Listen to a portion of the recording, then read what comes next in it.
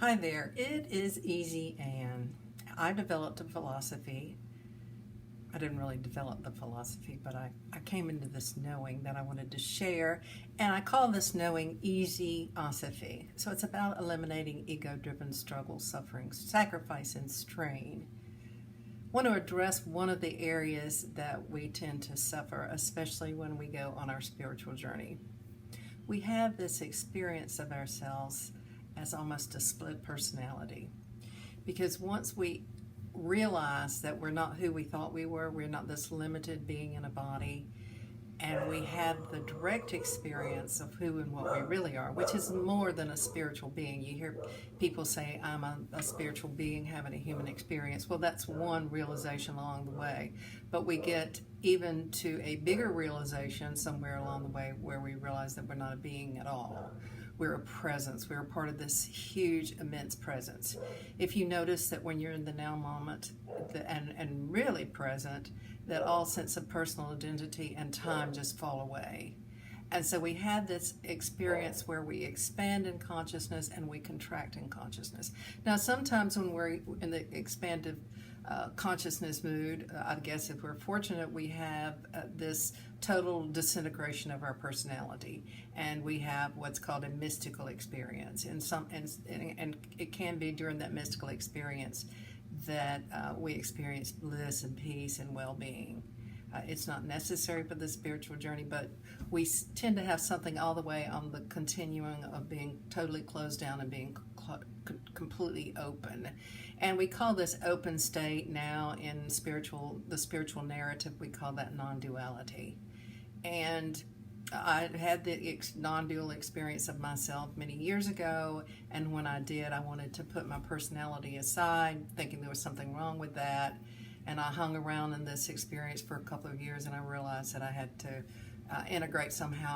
integrate these two states of consciousness. And they can be very confusing because sometimes we flip from being in the state of supreme okayness to being just shut down and contracted and not okay, and not just present, but even in fear. So there's this continuum of from fear to open bliss. And if we suffer about this happening, then I'm going to call that ego-driven struggle, suffering, and sacrifice and strain, because we don't have to suffer about that. This is something that is natural, this contraction and this expansion. Maybe we'll get to a point where we contract more and we expand less. I don't know. But when we go for that as a goal, then it contracts us more. Anytime that we think we've got to be a certain way, we get more contracted. So the deal is to learn to live with this openness when we're open and this closedness when we're closed, and not evaluate it all the time. Not say, well, this is wrong. Somehow I've lost it. I'm a bad person. I'm not as spiritual as I used to be. No, to just let everything happen the way it is. And to be present with that, with a sense of non-judgmental okayness.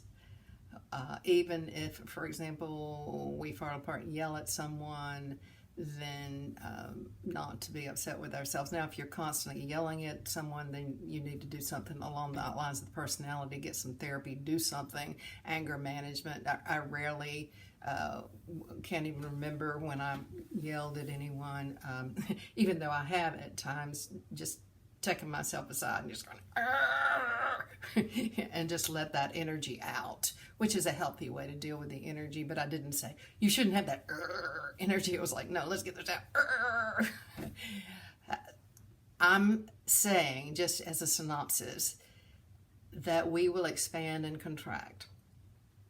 And this is not an event to be judged morally by our ego, which is going to tell us that we're bad people because this is occurring.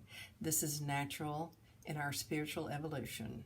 This sense of feeling very small, even to the point of feeling petty or cynical, all the way to the point of feeling illuminated and feeling such a great love in our hearts that everyone is held in consciousness with us, and even to the point where there is no me to hold. It's the seer and the seeing become the seen. The seer and the seen become one.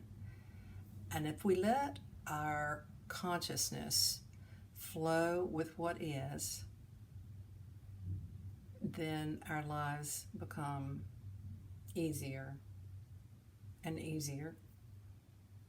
And I always like to remind everyone when I do a video that I love you. Which is kind of a joke if there's really no me and there's no you, but you know, in consciousness and the personality that we have when we're on planet Earth, there is a me and there is a you. And there is another conversation that we can have about the unlimited oneness. And in that, I wouldn't say that. But right now, I'm just going to say, I love you again. Have an easy day.